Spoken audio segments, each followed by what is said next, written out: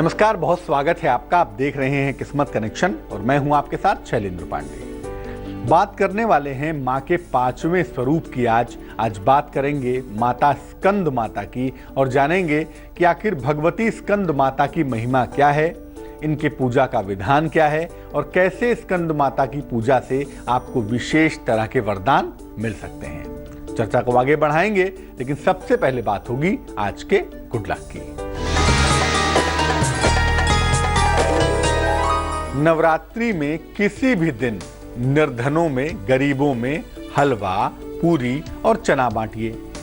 हलवा, पूरी और चने को संपूर्ण रूप से देवी का प्रसाद मानते हैं, इसीलिए नवरात्रि में किसी भी दिन अगर आप हलवा बांटते हैं, पूरी बांटते हैं, चना बांटते हैं तो बहुत अच्छा होगा। इससे आपकी संतान संबंधी तमाम समस्याएं जो जीवन में हैं वो निसंदेह दूर हो जाएंगी। हम आज बात कर रहे हैं स्कंद माता की और नवदुर्गा का एक विशेष स्वरूप है स्कंद माता। तो चलिए जानते हैं कि स्कंद माता कौन है और इनकी महिमा क्या है। देखिए, नवदुर्गा का 5वां स्वरूप है स्कंद माता का। नवदुर्गा का 5वां स्वरूप स्कंद माता का है। कार्तिकेय का नाम है स्कंद और स्कंद की माता होने की वजह से इनको स्कंद माता कहा जाता है। वैसे भी भगवती के ही पुत्र हैं कार्तिकेय, तो कार्तिकेय का एक नाम है स्कंद और स्कंद की माता होने की वजह से इनका नाम हो गया स्कंद माता। ये माता 4 भुजाधारी हैं। इनका स्वरूप कहता है कि 4 भुजाएं हैं इनकी। कमल के पुष्प पर बैठती हैं और चूंकि कमल के पुष्प पर ही इनका आसन होता है, अतः इनका एक नाम है पद्मासना देवी। इनकी गोद में कार्तिकेय बैठे हुए हैं, यानी स्कंद इनकी गोद में विद्यमान है। इसीलिए जब आप स्कंद माता की पूजा करते हैं तो इनकी पूजा से कार्तिकेय की पूजा यानी कि भगवान स्कंद की पूजा स्वयं हो जाती है, अपने आप हो जाती है।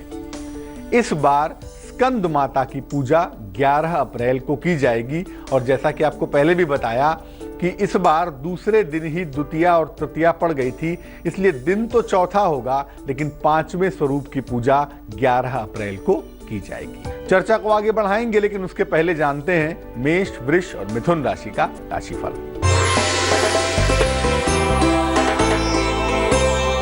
मेष राशि, आर्थिक पक्ष आपका मजबूत होगा, सेहत का ख्याल रखेंगे और वाणी पर नियंत्रण बनाए रखेंगे। शुभ रंग सफेद और भाग्य होगा 40%।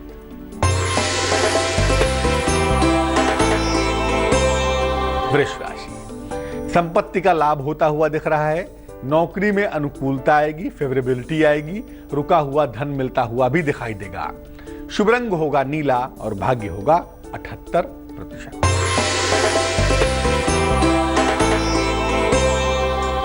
मिथुन राशि, नौकरी में परिवर्तन के योग बनते हैं। अगर अविवाहित हैं तो आपका विवाह तय हो जाएगा। सेहत में सुधार होता हुआ भी दिख रहा है। शुभ रंग जिसका इस्तेमाल करेंगे वो होगा धानी और भाग्य होगा 66%। अब ये जानते हैं कि स्कंद माता की पूजा से एक आम आदमी को, एक सामान्य व्यक्ति को क्या क्या विशेष तरह के फायदे या लाभ हो सकते हैं। देखिए, स्कंद माता की पूजा से संतान की प्राप्ति सरलता से हो जाती है। वैसे तो माता का तो अर्थ होता ही है कि वो संतान का वरदान आपको दे सकती हैं, लेकिन स्कंद माता का मतलब ही है कि जो स्कंद अर्थात कार्तिकेय की माता हैं, एक विशेष स्वरूप की वजह से इनकी पूजा करने से संतान की प्राप्ति आसानी से हो जाती है। इसके अलावा अगर संतान की तरफ से कोई कष्ट है, संतान का स्वभाव दिक्कत दे रहा है, संतान के स्वास्थ्य की वजह से दिक्कत है, संतान के करियर की वजह से दिक्कत है, तो स्कंद माता की कृपा से उसका भी अंत होगा, उसकी भी मुश्किलें दूर हो जाएंगी। बृहस्पति संबंधी हर तरह की समस्या दूर होती है। अगर कुंडली में बृहस्पति कमजोर है, चौपट है, तो उसको बेहतर करने के लिए स्कंद माता की पूजा अचूक होती है, अद्भुत होती है। लिवर की समस्या है, पाचन तंत्र अर्थात डाइजेशन की समस्या है और कोई गंभीर बीमारी है जिसने आपको पकड़ रखा है, तो उसको दूर करने के लिए भी स्कंद माता की पूजा विशेष शुभ होती है। स्कंद माता की पूजा करने से ऐसा देखा गया है कि जिन लोगों को मोटापे की समस्या है, फैट की समस्या है, उनको भी पूजा में लाभ होता है, उनका मोटापा घटता है अगर स्कंद माता की पूजा करते हैं तो। चर्चा को आगे बढ़ाएंगे और बताएंगे कि स्कंद माता के पूजा का विधान क्या है, लेकिन उसके पहले कर्क, सिंह और कन्या राशि का हाल।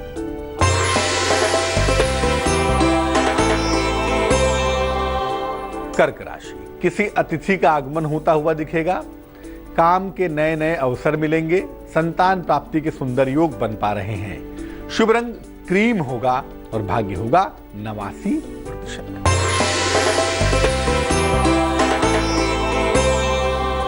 सिंह राशि, सेहत में सुधार होगा, आर्थिक पक्ष लगातार मजबूत होगा, पारिवारिक समस्याओं में भी सुधार होने के संकेत दिख पा रहे हैं। शुभ रंग जिसका इस्तेमाल करेंगे वो होगा नारंगी और भाग्य होगा 90%।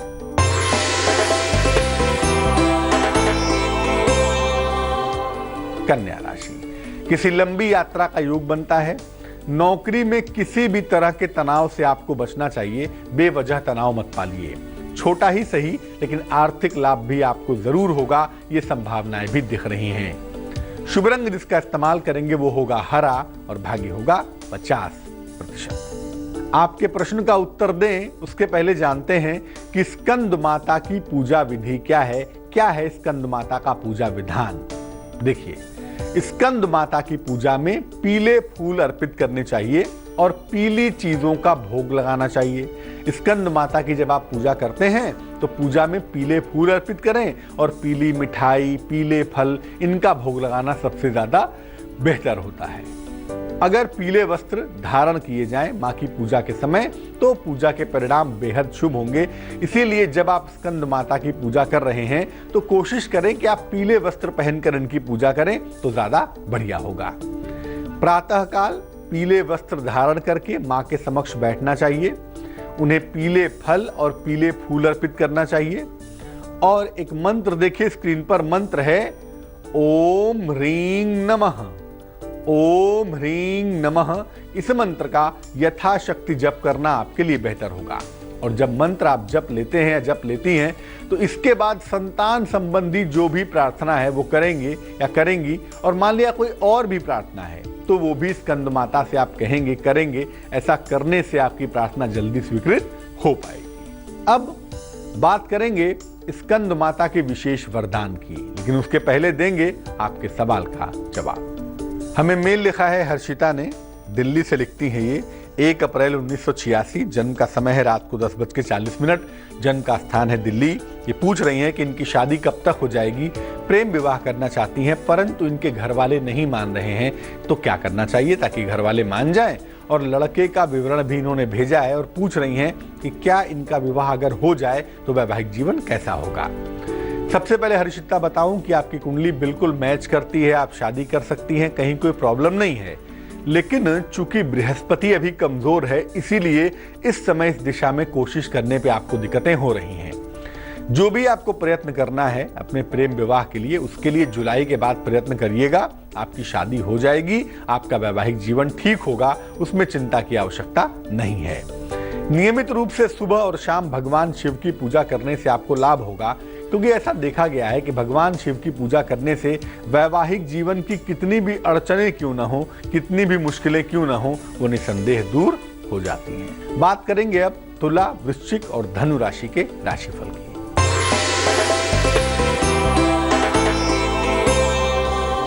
तुला राशि, मान सम्मान मिलता हुआ दिखता है, नौकरी में प्रमोशन के योग दिखते हैं। आज आपको सलाह दी जाएगी कि भैया यात्रा से आप बचाव करेंगे वरना आपको दिक्कतें हो सकती हैं। शुभ रंग बैगनी है और भाग्य है 61%।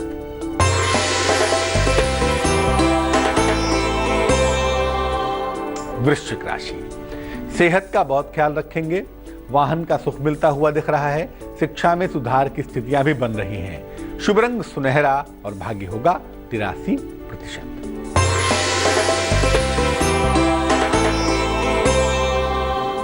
धनु राशि, उपहार का, मान सम्मान का आपको लाभ मिलेगा, रुका हुआ धन मिलता हुआ भी दिख रहा है, संतान प्राप्ति के सुंदर योग भी बन पा रहे हैं। शुभ रंग जिसका इस्तेमाल करेंगे वो होगा गुलाबी और भाग्य होगा 73%। अब ये जानते हैं कि मां स्कंद माता की पूजा में उनको क्या विशेष प्रसाद अर्पित करना अच्छा होता है जिससे कि उनकी पूजा संपूर्ण होती है, जिससे कि व्यक्ति को विशेष फायदा हो पाता है। स्कंद माता को केले का भोग लगाना, यानी देवी के 5वें स्वरूप की जब आप पूजा कर रहे हैं तो उनको केले का भोग लगाएं। इसके बाद इसको प्रसाद रूप में ग्रहण करें। ऐसा करने से आपके संतान की मनोकामना पूरी होगी, आपके स्वास्थ्य की मुश्किलें दूर होंगी, दोनों ही बाधाएं दूर हो जाएंगी। फिर से बता दूं, इस बार 5वें स्वरूप की पूजा चौथे दिन ही की जाएगी, अर्थात 11 अप्रैल को ही मां के 5वें स्वरूप स्कंद माता की पूजा होगी। क्योंकि दूसरे ही दिन द्वितीया और तृतीया तिथि आ गई, इसलिए दूसरे ही दिन दूसरे और तीसरे स्वरूप की पूजा हो चुकी है। इस आधार पर चौथे दिन ही 5वें स्वरूप की पूजा की जाएगी। चलिए अब जानते हैं मकर, कुंभ और मीन राशि का हाल।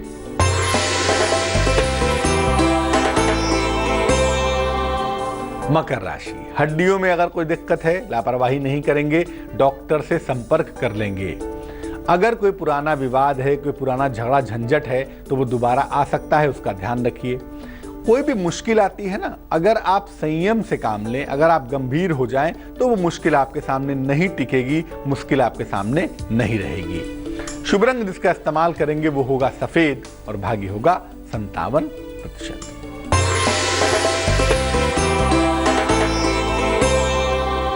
कुंभ राशि, नौकरी में परिवर्तन के योग बनते हैं। अगर अविवाहित हैं तो विवाह तय होने का योग भी बन रहा है। संपत्ति का लाभ होता हुआ भी दिख रहा है। शुभ रंग जिसका इस्तेमाल करेंगे वो होगा आसमानी और भाग्य होगा 91%।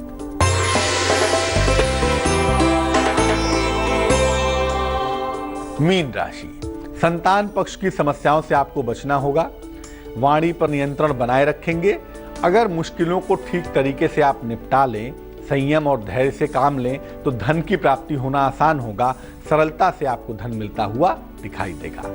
शुभ रंग भूरा होगा और भाग्य होगा 70%। अगर आपको संतान नहीं है, संतान प्राप्ति चाहते हैं तो उसके लिए देवी के 5वें स्वरूप के समक्ष, यानी मां स्कंद माता के समक्ष एक विशेष प्रयोग आपको करना चाहिए, जिससे संतान प्राप्ति का आपको वरदान मिल पाए।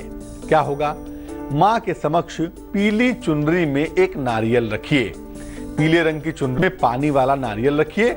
इसके बाद स्वयं पीले वस्त्र धारण करके एक विशेष मंत्र है, उसका 108 बार जप करेंगे। मंत्र क्या होगा? मंत्र होगा नंद गोप गृहे जाता यशोदा गर्भ संभवा ततस्तौ नाशिष्यामि विंध्याचल निवासिनी। फिर से नोट करें, नंद गोप गृहे जाता यशोदा गर्भ संभवा ततस्तौ नाशिष्यामि विंध्याचल निवासिनी। अगर इस मंत्र का जप किया जाएगा स्कंद माता के समक्ष तो शीघ्र लाभ होगा। इसके बाद आप प्रार्थना करेंगे कि आपको संतान की प्राप्ति हो सके, और जो पानी वाला नारियल है इसको चुनरी में बांधकर अपने पास रख लेंगे। अपने बेडरूम में, शयन कक्ष में इसको सिरहाने रख लेना बहुत अच्छा होगा। और ये ऐसा प्रयोग है जिसको देवी के 5वें स्वरूप के समक्ष अगर किया जाए तो संतान प्राप्ति की मुश्किलें दूर हो जाती है। तो याद रखिए कि नवरात्रि के चौथे ही दिन 5वें स्वरूप की पूजा की जाएगी। और जब भी आप 5वें स्वरूप की पूजा करें, आप हमेशा इस बात का ध्यान रखें कि संतान संबंधी हर कामना पूरी हो सकती है, बशर्ते कि आप ईमानदारी पूर्वक देवी के 5वें स्वरूप का ध्यान करें, उनकी पूजा उपासना करें। चलिए अब जानते हैं क्या है आज की सलाह।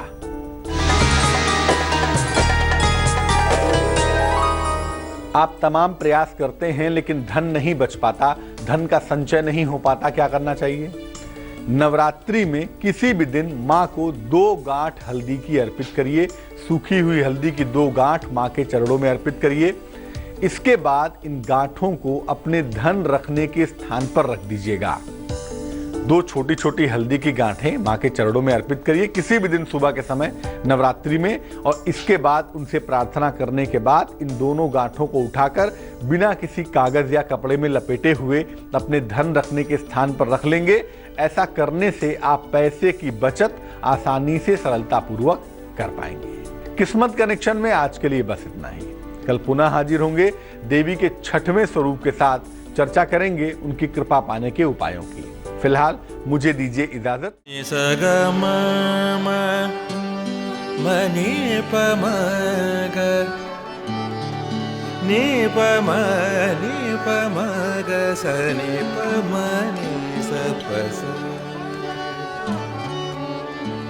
जहाँ तक